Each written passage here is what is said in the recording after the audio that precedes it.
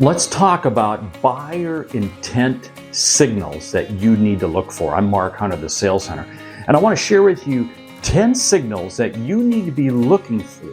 Because again, it's not the seller, it's the buyer and what's their intent.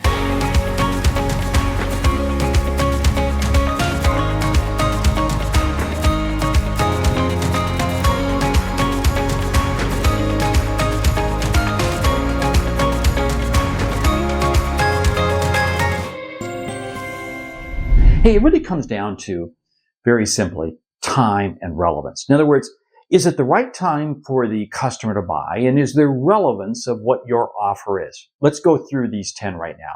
Number one, do they use a competitive product? In other words, very simply, if they're using a competitive product of yours, that means they're educated in the space.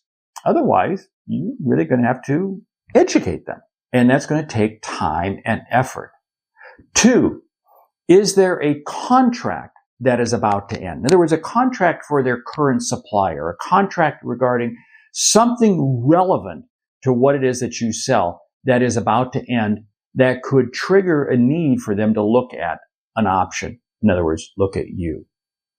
Three, have they visited your website unprompted? Now, it's one thing if they visit your website prompted because of your email. Okay, you can say that's a buying intent. No, that's maybe just an interest intent. If they go to your website unprompted, this begins to say that, some reason, something is happening that's causing them to say, we need to take a look at these people, you.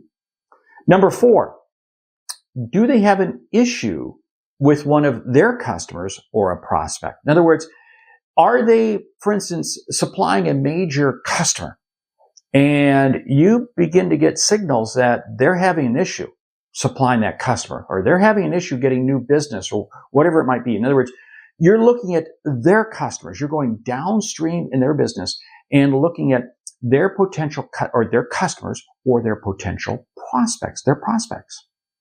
Number five, has there been a change in the company objectives? In other words, has the company strategically made some sort of a move because of this acquisition or this divestiture or whatever it might be happening? In other words, is there something that is triggering a need that says they're going to have to look at options?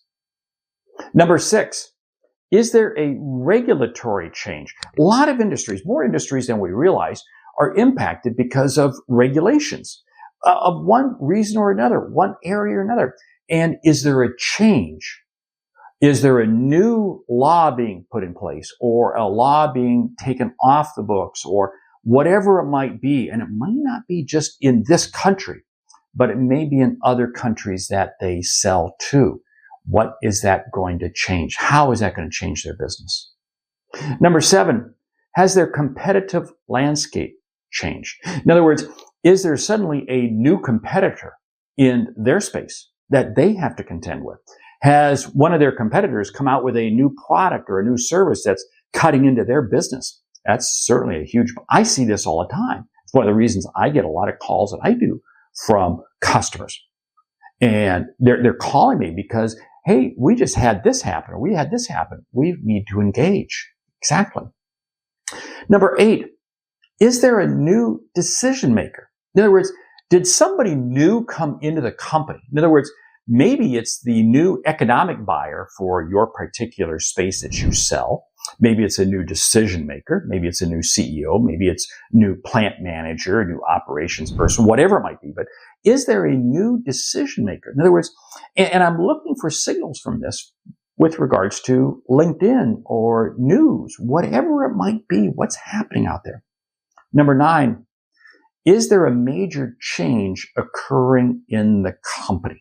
In other words, there may be a major investor that suddenly is looking to divest, or maybe they've gone out and raised another round of capital. Is there a major change? Is there a major change also that says that they are having to shift operations from this country to this country, or moving out of this plant into this plant? In other words, is there a major change?